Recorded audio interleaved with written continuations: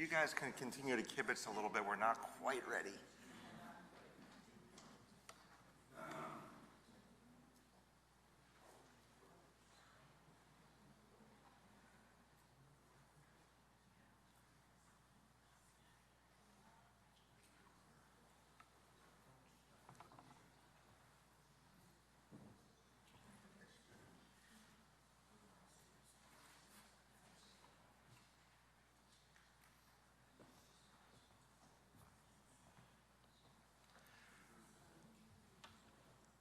Friends, we're so honored that you are here to celebrate the incredible and extraordinary life of Harrison.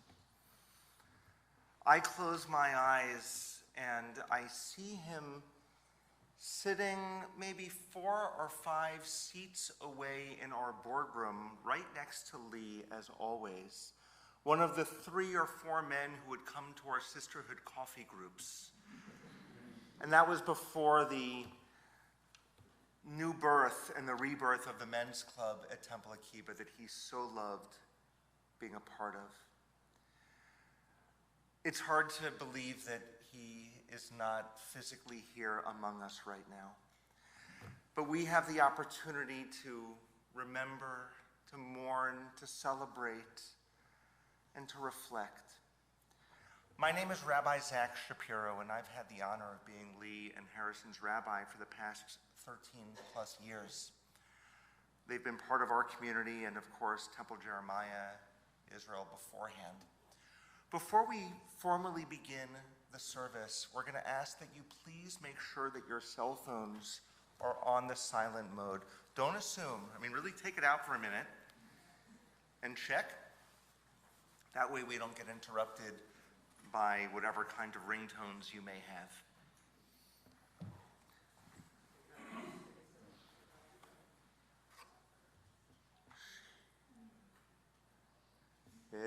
Esa einai el heharim me'ayin yavo ezri. Esa einai el heharim me'ayin yavo ezri. Ezri me'im Adonai oseh shamayim va'aretz.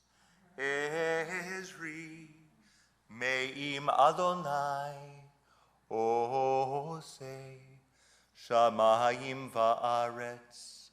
I lift up my eyes unto the mountains. What is the source of my help? I lift up my eyes unto the mountains. What is the source of my help?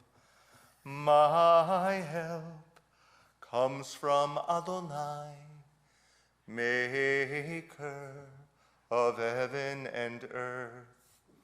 My help comes from Adonai, maker of heaven and earth.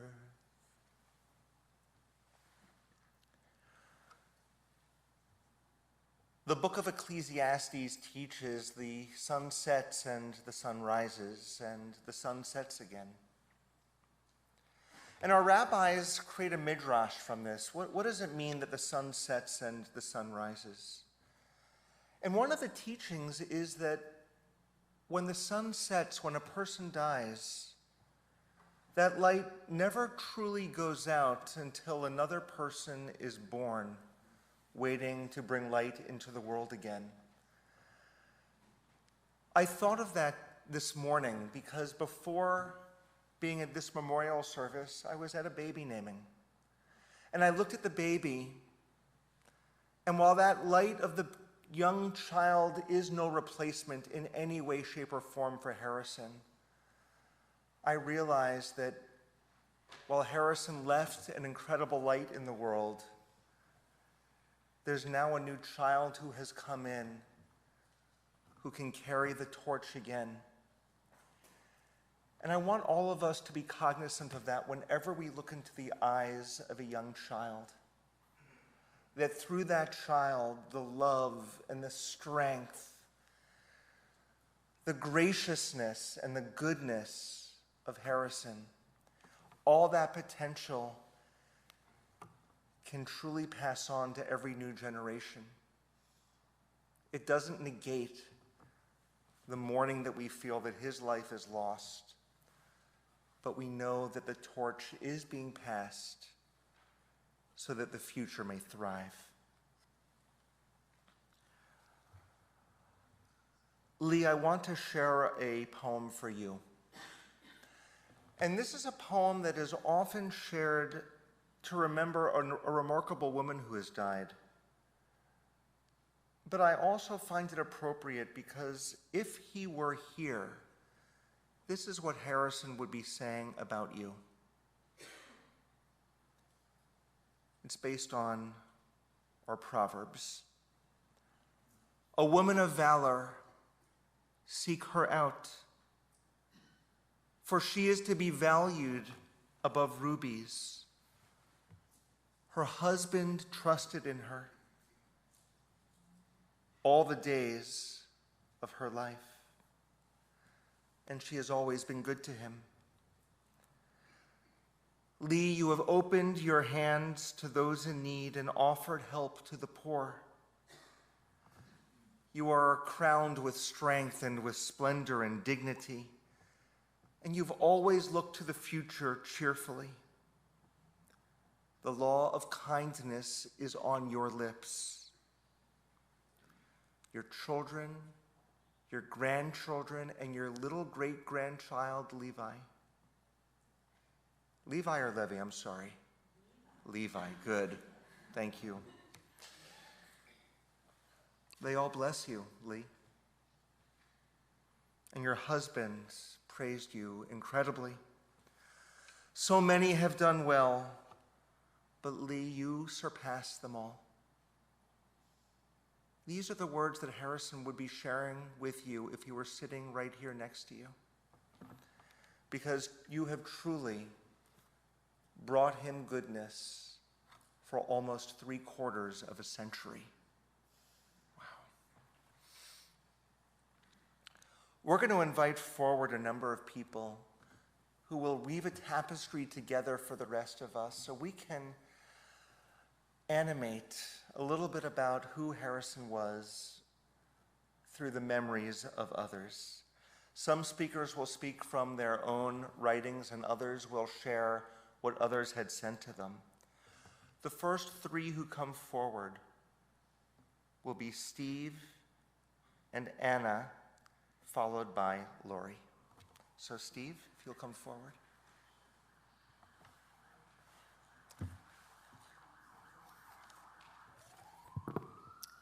Hi, I'm Steve Danelski.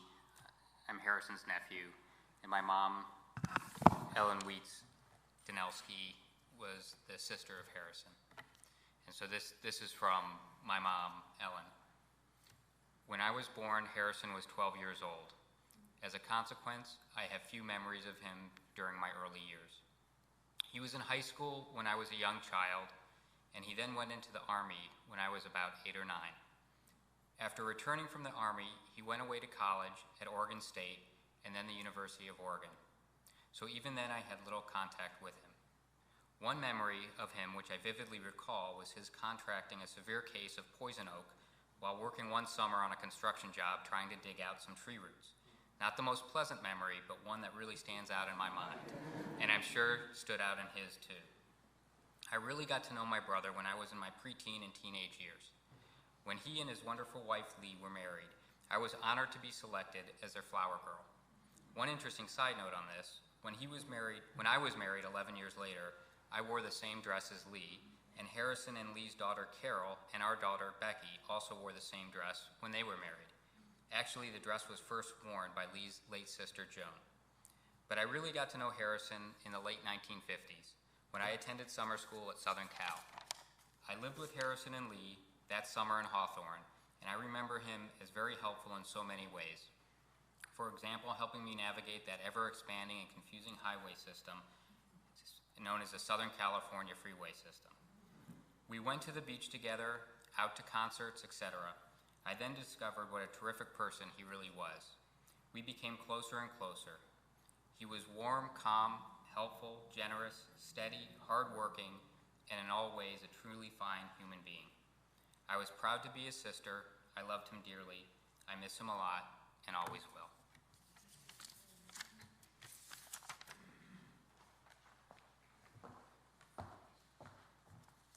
Hi, I'm Anna Danelski, and I'm going to be speaking on behalf of Garland Danelski, who is Harrison's brother-in-law. My first memory of Harrison was when I drove to California to spend some time with Ellen in the summer of 1959. What nice people he and Lee were. Their hospitality was tremendous. Really outstanding people. We went to the Hollywood Bowl together to hear music from the Music Man. Since I'm originally from Iowa, where that play took place, I was especially thrilled by that. A subsequent memory was a few years later in Lake Oswego, Oregon. Harrison, Lee, and their family had been driving on vacation during a very hot summer to join the Weitz family there. Their automobile air conditioning had broken down earlier, and they were very, very hot. It was a weekend, and it was going to be hard, perhaps impossible, to get it fixed. I asked if I could try to repair it. He looked at me politely, but I could see that there was a lot of doubt in his eyes, as well as in the eyes of the entire Weitz family. After about 20 minutes under his dashboard, I came up sweating. I asked if someone could fetch me a rubber band. Their response to that unusual request was, understandably, a mixture of astonishment, doubt, and barely concealed humor. But I replaced a broken switch spring with a rubber band, and all of us were quickly met with a really cool air-conditioned air. Harrison and I remained fast friends ever since. P.S. That fix lasted for years, I believe, until a new rubber band was required. In the years that followed, Ellen and I would see Harrison and Lee many times. We celebrated major family events together: weddings, barn bat mitzvahs, anniversaries, and just plain fun trips. We went to a film festival and an elder hostel together. Many times we would meet in Las Vegas or Lean's Hotel, almost always, and then spend some really fun times together. We did ocean cruises together. Few things in life to me were as pleasurable as sitting down with Harrison and having a cold beer with him. And I might add that he loved it too, I am sure. He often suggested cracking a cold brewski before I did. I agree completely with all the fine characteristics of Harrison that Ellen mentioned earlier. He was an extraordinary person with his many fine qualities packaged in a quiet, understated, non-self-promoting way. Although I have an actual brother, I have told my wife Ellen many times I considered Harrison my real brother in so many ways. In short, Harrison Weitz was a special, marvelous human being, a real mensch in the truest meaning of the word, a person of integrity and honor. I feel so much richer to have known him for over 60 years. I miss him a great deal and always will. May he rest in peace.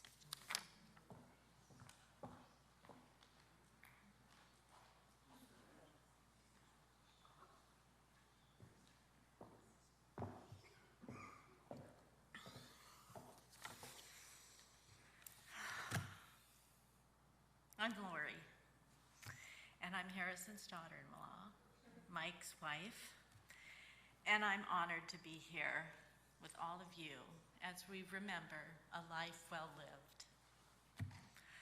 I'm quite certain many of you would say Harrison was like a brother to me. I'm lucky to say he was a father to me. I met Mom and Dad when I was 18, and immediately they made me feel like family. After the first 25 years of my life, my father suddenly passed away. And from that time forward, for the next 30 plus years, Harrison was Dad. I hold countless memories in my heart and indelible images in my mind that will make me smile every day. I remember when Dad would sit at the bar stool at the kitchen counter in our house, and Mike would prep for the barbecue, and I would look over at Dad and I would say, "Is it happy hour?" And a smile would come on his face, and Mike would always chime in, "I thought you'd never ask." and his dad's smile would get wider.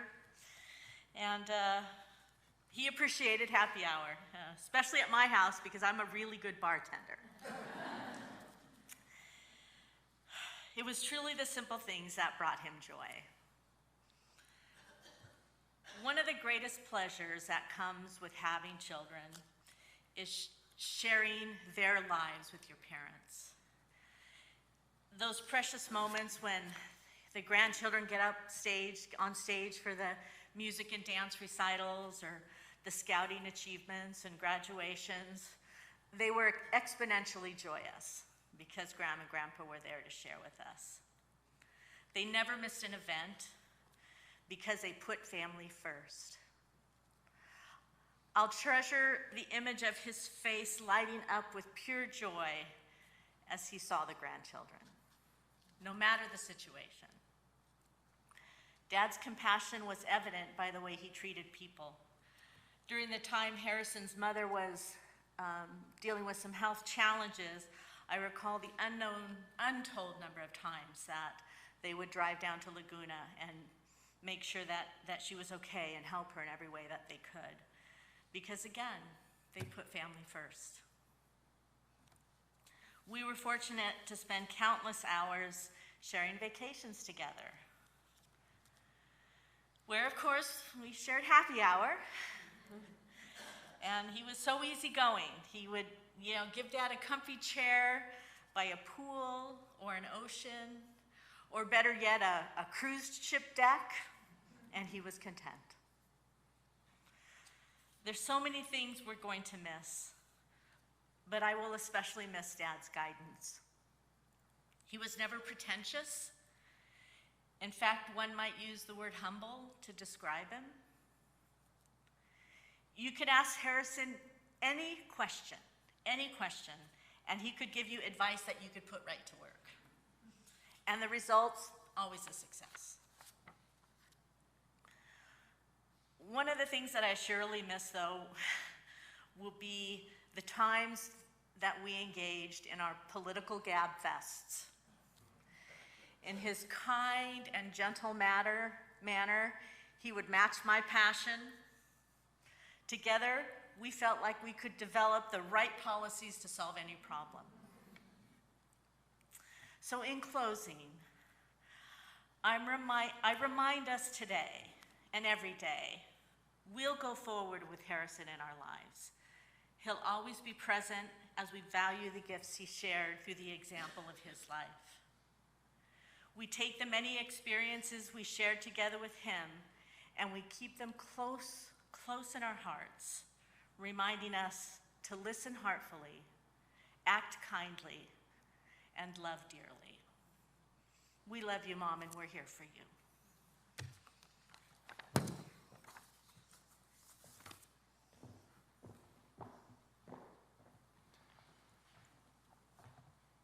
I'm learning so much right now, but I have to admit my most important takeaway is that if it only takes a rubber band to fix air conditioning, to the leadership of Temple Akiva, wow. We'll talk about that later. There's a poem that was written by the Israeli scholar Chaim Bialik, which I'd like to share. It's called After My Death. After my death, mourn me this way. There was a man, and see, he is no more. Before his time, this man died, and his life song in Midbar stopped. And oh, how sad it is, one more song he had. And now that song is gone for good. Gone for good. And it is very sad. A harp too he had, a living being, and murmurous, and the poet in his words of all of his heart's secrets revealed. And all the strings his hand gave breath, but one secret his heart had kept hid. Round and round his fingers played, and one string stayed mute, mute to this day. And it is sad, very sad. All of her days this string moved. Mute she moved, mute she shook for her song, her beloved Redeemer.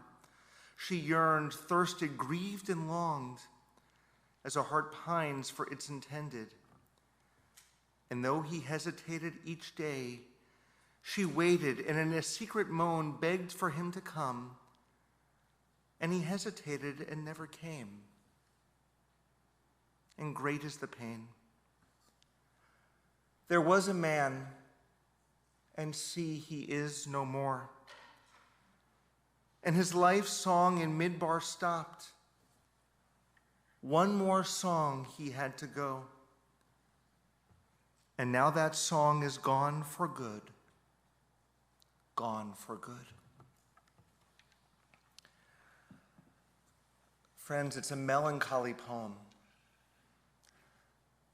But it's also a reminder that of all of Harrison's incredible songs of his being, we continue to play that symphony. And if we ever feel like there is a song left unsung, he has given us the initiative to open our mouths and to play those melodies. Let's take a moment silently to think about that song that he so very much entered into our souls.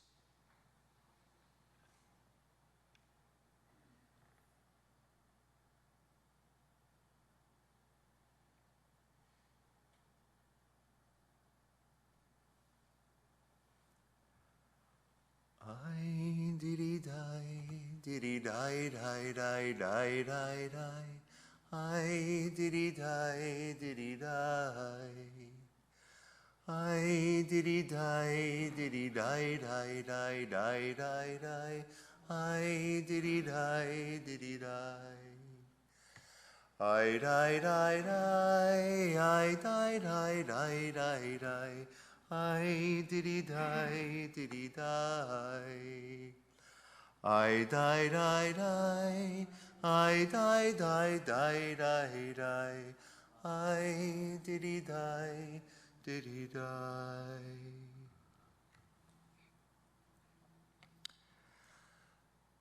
Friends, for our next three speakers, we're going to invite forward Mike, and then Noah and Stephen.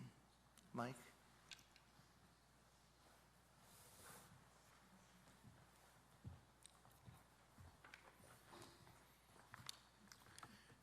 Thank you all for joining us today. It has warmed our hearts and lifted our spirits to hear how much my father Harrison meant to those of you who are here and the many others who are unable to be with us today. Over the past weeks, the many recollections of my dad's helpfulness, warmth, and ever-present smile have cheered us. My sole surviving uncle, Uncle Gary, the husband of Harrison's sole surviving sister, said my father was a real mensch, as you heard earlier. I confess I had to look up the meanings. Among them are one who can be relied on to act with honor and integrity. Someone who is kind and considerate. Responsibility fused with compassion, and a sense that one's own personal needs and desires are limited by the needs and desires of others. These thoughts of my dad are inseparable from those of my mom, since they have been inseparable for many years longer than I can remember.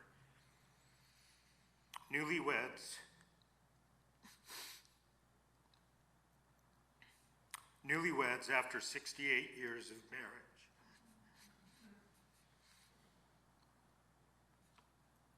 neighbors shared how seeing Mom and Dad holding hands as they walked was an inspiration. They certainly showed my sister and I how to think of others first and how family and friendships are the essence of life. And that experiences are more important than things. And topping the list of those experiences were gatherings with aunts and uncles and cousins, which formed a strong family bond that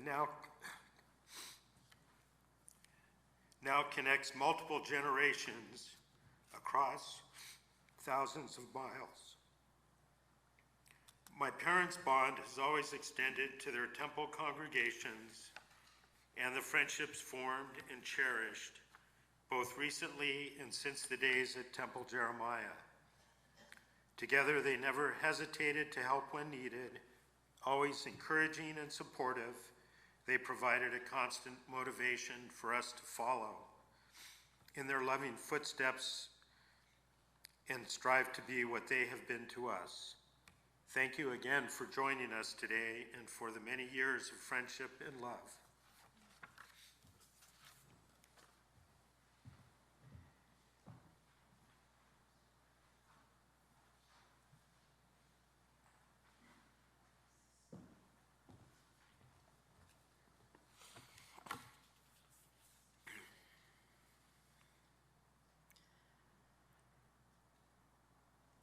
I don't think of Grandpa being gone.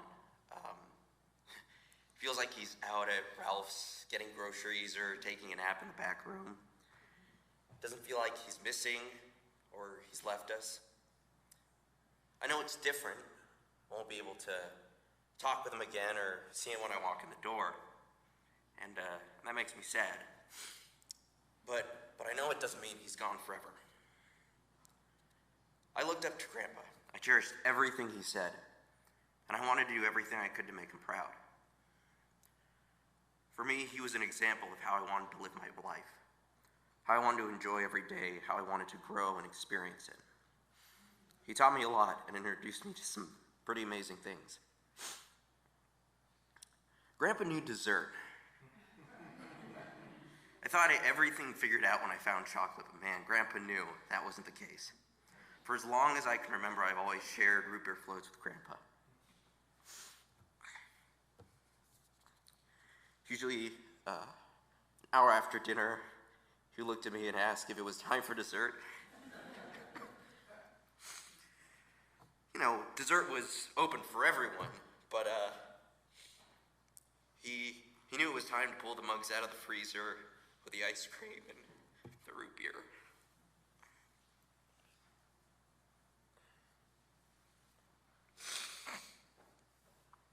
Fridge. I love sharing those floats with Grandpa. We'd pass the can back and forth till the root beer is gone and just talk about anything. Movies, family history, the day's events, it didn't really matter. All I knew was a tradition at Grandma and Grandpa's. It was one of my favorite parts. Those floats meant the world to me, and they still do. I'll never forget looking up his old home in New York and on Google Maps, or talking about hitchhiking to Detroit to buy a brand new Buick fresh off the manufacturing line over those floats. And if no one felt tired, we'd always grab some of those Haagen-Dazs ice cream pops out of the freezer. Keep the fun going. A couple more hours. But it wasn't just floats and ice cream, though. Grandpa knew pie, too. Specifically, banana cream pie. I never had the heart, actually, to tell Grandpa the first time we were at the Madonna Inn getting dinner while I was in college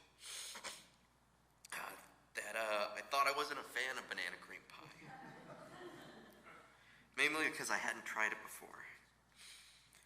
When he said we should get 2 slices, I couldn't really say no. He was buying. The moment I had my first first bite, though, I was flabbergasted. How could he have been holding out on me for all these years? On this banana cream pie. I just remember looking up at him after I had my first bite and just raising my eyebrows, widening my eyes, and pointing to the slice, trying to gesture that he was right, that it was great, like I knew what I was talking about. And I just remember he smiled, raised his eyebrows, and closed his eyes, tilted his head, and pointed back like, I know. From then on, I always looked forward to those slices of banana cream pie with Grandpa. I honestly didn't intend to have my time up here be about dessert. I honestly tried writing about how Grandpa introduced me to comedy and SNL, or how his service in the Army was an inspiration for me to work for the Navy. I thought, how could I work in ways that he and Grandma came to everything Steve, Jenny, and I did and encouraged us to pursue our passions? I could go on about how I always made sure to get him cool patches and shirts from all the things that I've been doing in aerospace and how he loved to hear about the next cool thing I was working on. But I went with dessert. I went with those moments eating dessert with Grandpa that I'm going to remember forever. Sitting at the dining room table with a chandelier light on, illuminating the rest of the house, enjoying something sweet, cherishing those moments. I'm never going to forget Grandpa describing a story in detail or walking through the elements he liked from a movie he and Grandma just watched. Leaning back in his chair at the end of the table, his arms crossed, the mug empty, just talking.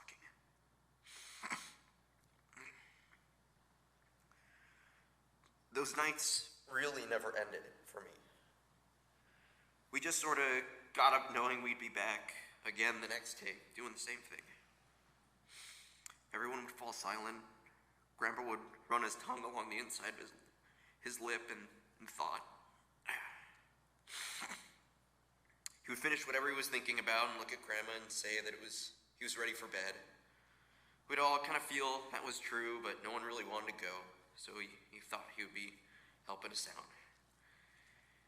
But again, he knew that we'd be back doing the same thing, enjoying the floats or the pie, so he made the hard decision that we didn't want to make. Grandma would agree it was time, and Grandpa would close his eyes and gave it an acknowledging nod. But that's just it. It doesn't feel like he's gone, because I know he isn't. Every time I have one of those root beer floats or a slice of that pie,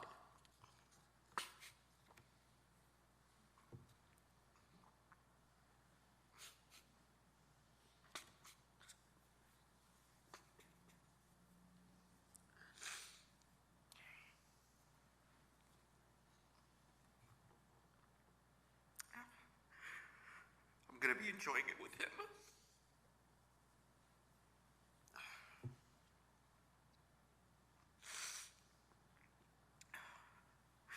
Every time I get a cool patch or a challenge coin or a Hawaiian shirt from work,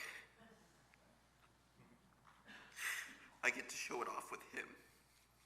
Every new gig with my band, I get to play with him.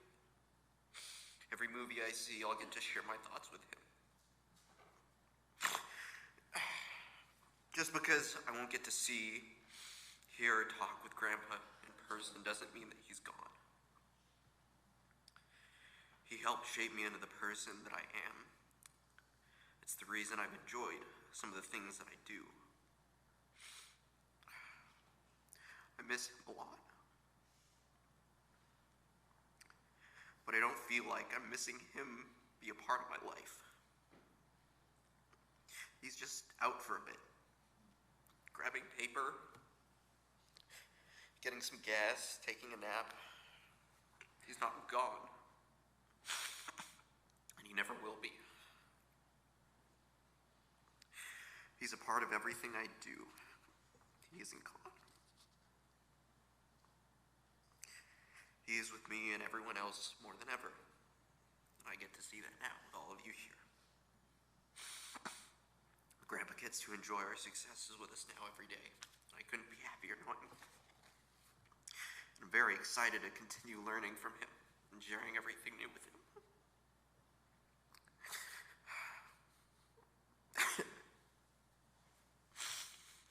make sure none of the root beer gets wasted, Grandpa. Or a slice of that pie left behind. There will always be time for me to share more stories with you. I'm really looking forward to it. Thank you.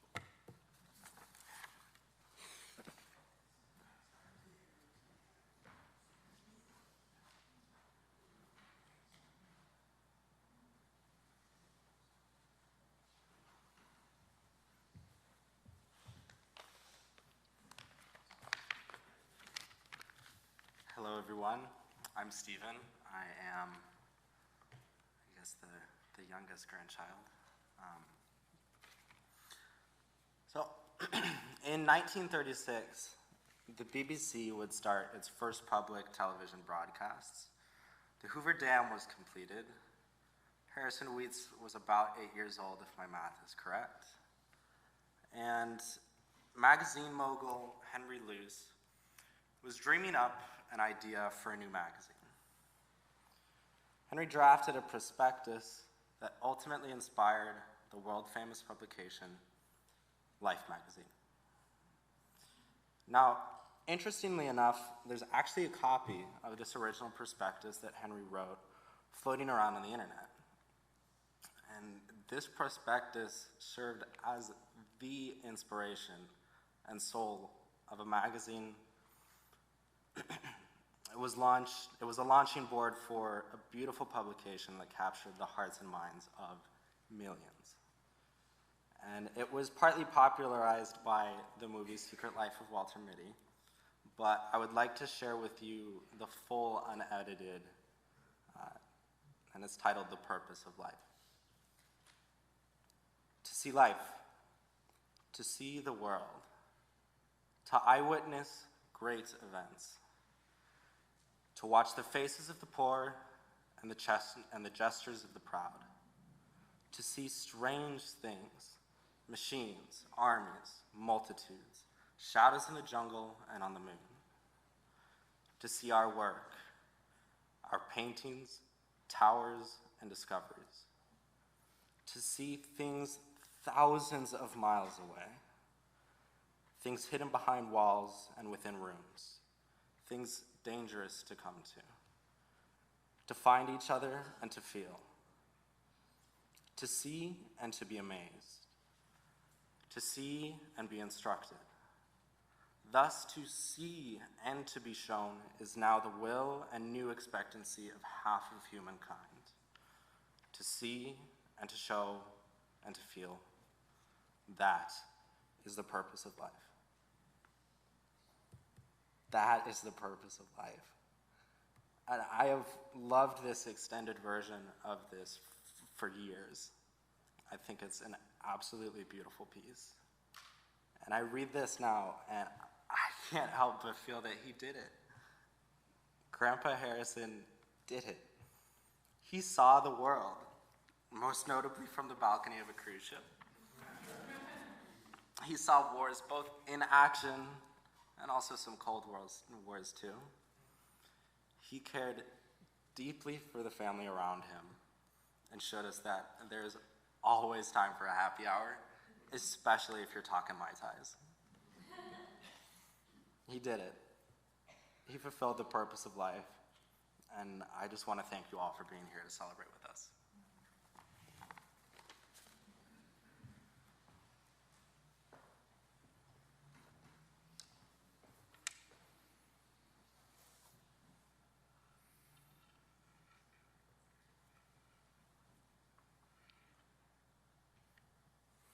Wow.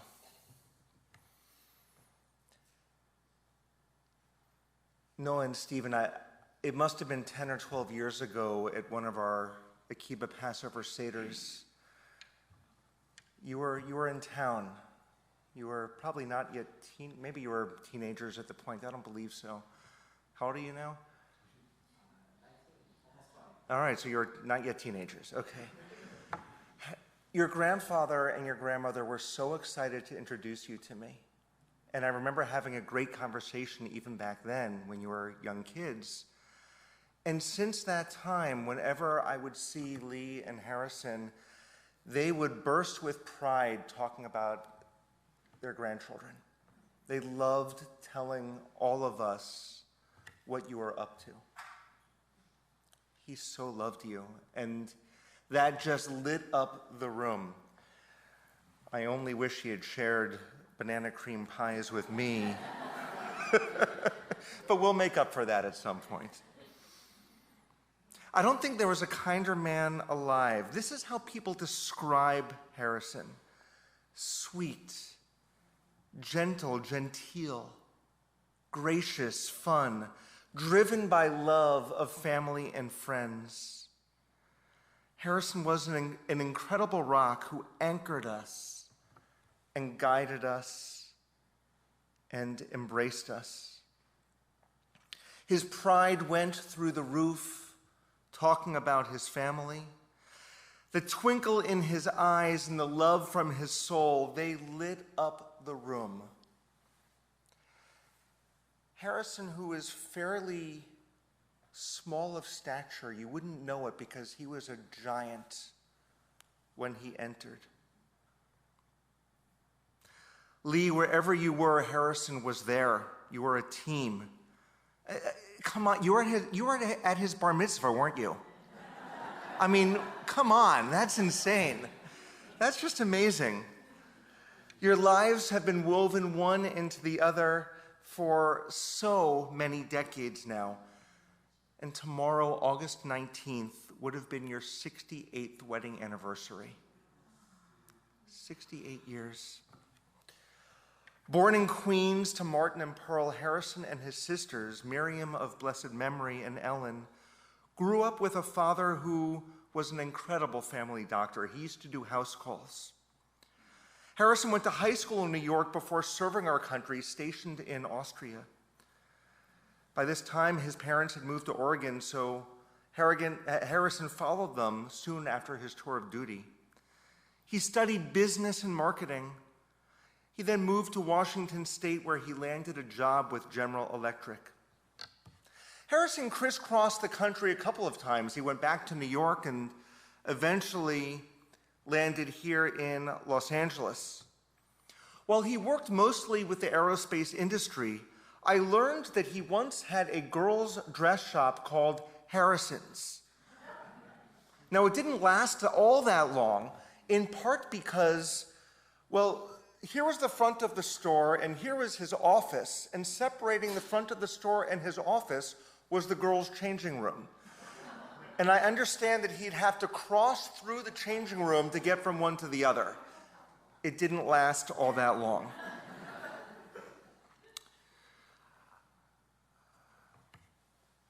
Lee, from a young age, when you were first smitten by Harrison, you used to write him letters throughout his travels. You shared with me that before you married, you visited your brother who was in Denver and decided to take a detour to Oregon from New York. Now, I'm pretty good with geography, but New York, Denver, Oregon, right? That's not just a detour where you make a little left-hand turn somewhere. You really had your eyes set on him. Well, your hearts came together, and how lucky all of us are for your decision to do that. Harrison never missed a wedding, a bar, or bat mitzvah. The last wedding, of course, was Nikki and Simon's wedding in Ohio. He cared so much about being with family and with friends. He was supportive of just about everything that his family wanted to do.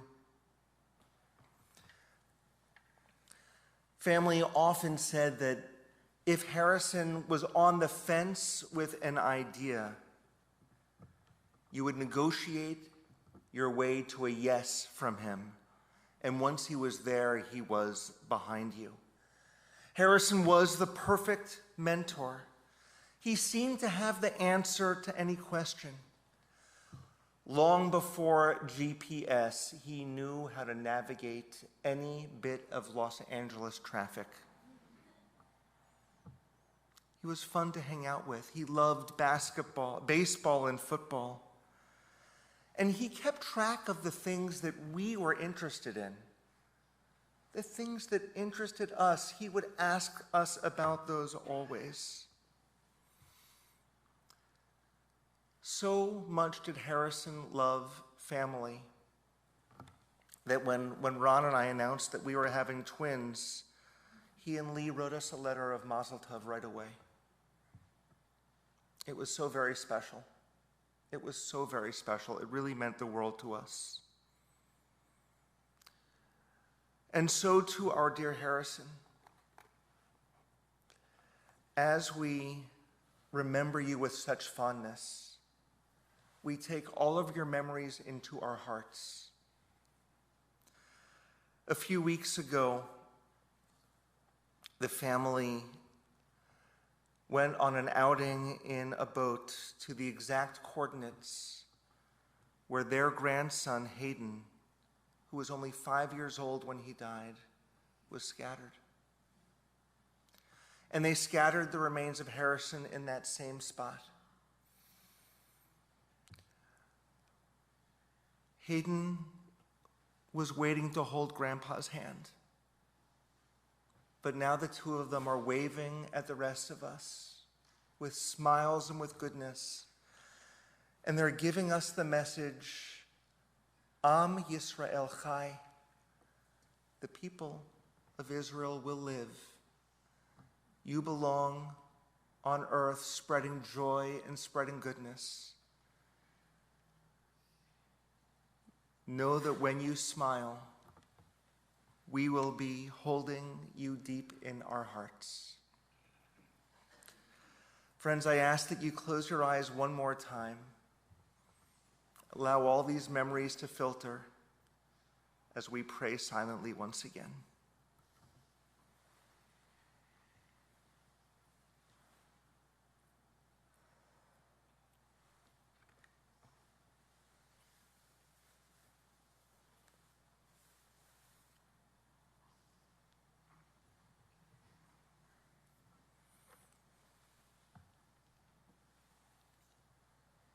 Hine ma tov u'ma na'im, shevet achim gam yachad. Hine ma tov u'ma na'im, shevet achim gam yachad. Hine ma tov, shevet achim gam yachad. Hine ma tov, shevet achim gam yachad, hine ma tov u'ma na'im, shevet achim gam yachad, hine ma tov u'ma na'im, shevet achim gam yachad. That song means how extraordinary it is to be together as family. And so to Mike and Lori and Carol, to Jennifer and Aaron, Noah and Stephen, and to Lee. Your family, those we just mentioned, as well as those who surround you and your friends. Together we create goodness with you and for you. And you are not alone. We're going to ask for all who are able to please rise for our memorial prayer, the El Malei Rachamim.